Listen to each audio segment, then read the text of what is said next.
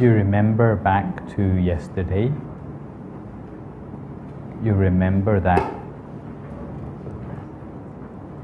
there are some subjects which Buddhism hasn't really touched on in great detail,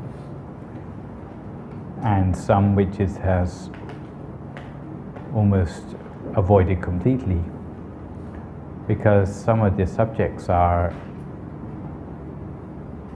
either encouraging people to speculate on things which they couldn't solve anyway by their normal conceptual thinking, and other things have not been treated in much detail because they weren't seen as important in encouraging people to do their practice. So some subjects, they go against people's ability to meditate, so it may actually make their meditation worse. Such subjects were often avoided completely by the Buddha when he was giving his teachings. Other subjects weren't really given very much interest because they weren't seen as relevant. Okay? So if we were to give the heading about cosmology in Buddhism, it's not that this subject wasn't treated at all by the Buddha, but it was only mentioned in as far as it was seen as useful for people to learn about. Okay? It's not like in some religions where it's seen as important that you have a complete treatment about how the universe is and where it came from. Some things are not seen as relevant or even suitable for spiritual teachers to deal with. One thing we learn more about Buddhism as we go along is that the Buddha tended to teach things only when the opportunity arose or when it was useful for a teaching to be given, or when a particular person requested a teaching. And this is why sometimes it's hard to give a definitive answer to some things from a Buddhist point of view, because the Buddha simply didn't bother talking about them.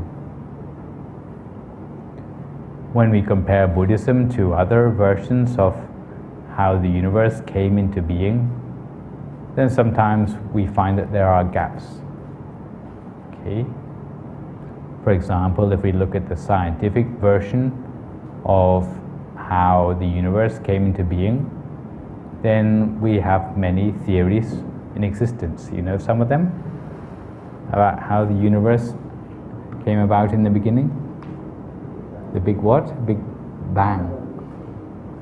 And for a rational person, even the Big Bang is quite hard to accept.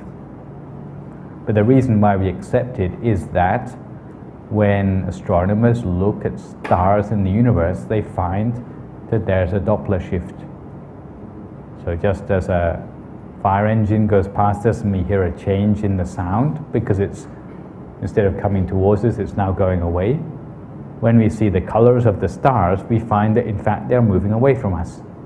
So this means that the universe is expanding. And when that is the case, then it means that in the beginning they must all have come from somewhere much closer together. So this has given rise to the idea of a Big Bang. Okay?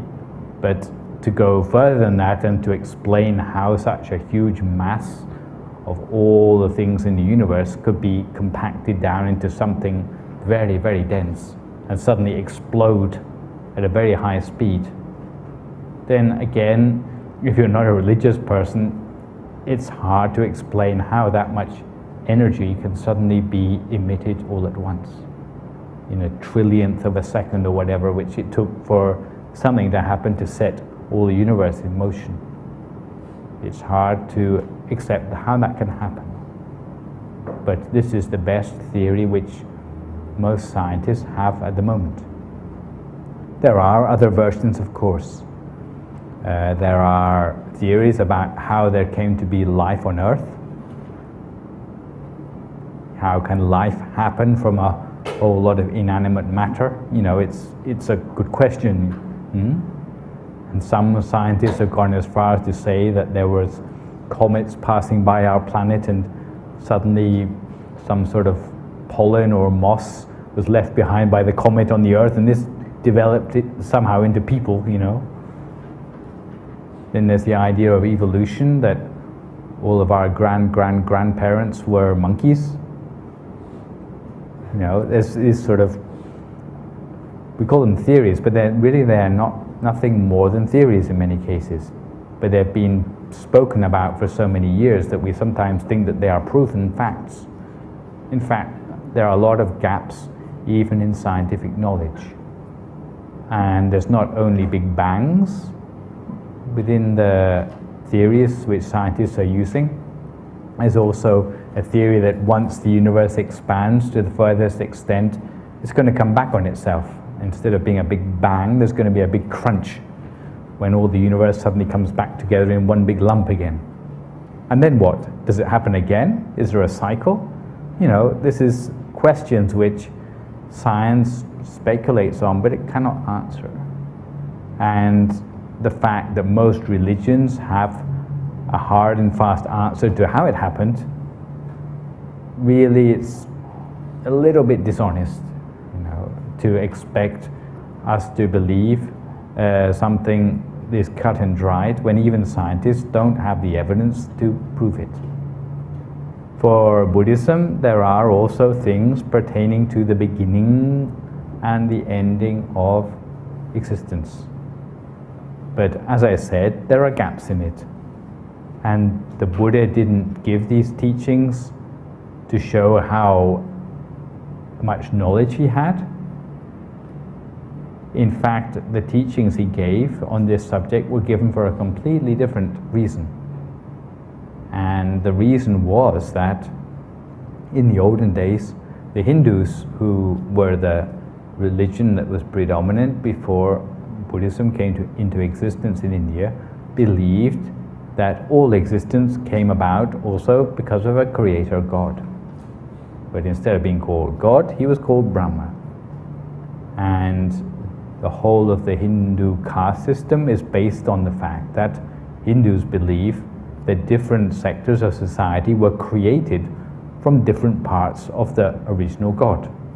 For example, the kings and the ruling caste all come from the head of God. The Brahmins or the priests are all supposed to come from the mouth of God. As for the merchant class, they are supposed to come from the body of God.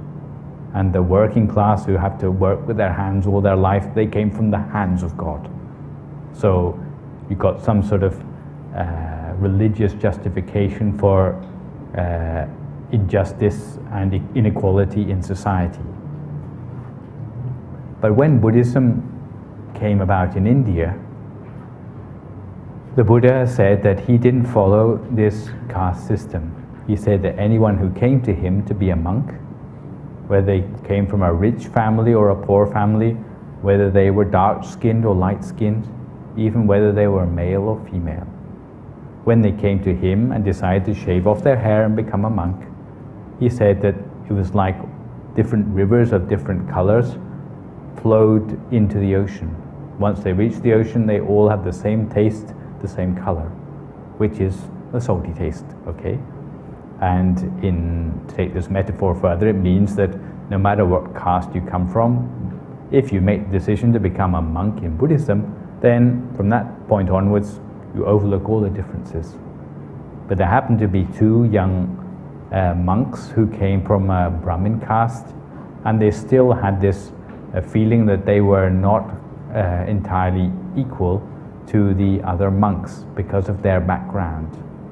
And because of this, the Buddha had to give a teaching about how it actually was in the beginning. Not that they come from the mouth of God or something like that, but how it actually was. So because this problem arose, then the Buddha was forced to give some explanation. And this is where our knowledge about Genesis in Buddhism actually comes from.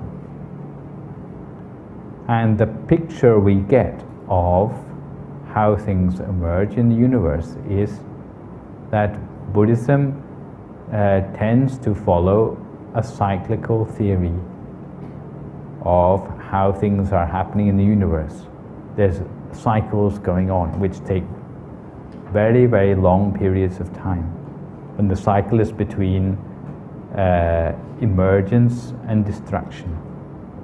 So sometimes matter becomes organized, it develops, it's able to support life. At other times there's destruction, and it goes in cycles. In fact, there are also scientific theories which have the same sort of understanding of how things are happening in the universe. And mathematically speaking, it is possible for time to go in loops even. This is some of the latest discoveries in science, that in fact time can go in loops. It doesn't contradict the laws of physics. So it can happen that science and Buddhism can agree on what's actually happening. The sorts of timescales which we're talking about are very long indeed. We talk about the end of the world coming. It's not like it's going to happen next week. But the sort of lengths of time which we talk about often in Buddhism are called aeons. Aeons are quite long. But the sort of lengths of time we're talking about, and to give you some idea about how long, if you imagine a mountain made of solid rock, which is 16 kilometers high, 16 kilometers wide, 16 kilometers deep, so like a 16 kilometer cube of rock. You imagine that was a mountain, and once every 100 years someone came along with a light cloth and rubbed it once. If you think about the length of time it would take to wear that mountain down flat with the ground, quite a long time, right? If you would imagine how long that would take, then this is the sort of length of time which we would call one aeon in Buddhism. Okay? And one aeon in Buddhism, we use the word kappa or kalpa for this unit of time. In fact, it is known as one world cycle. So the time it takes for the world to evolve, to support life, and then go through the cycle of destruction again would take this sort of length of time.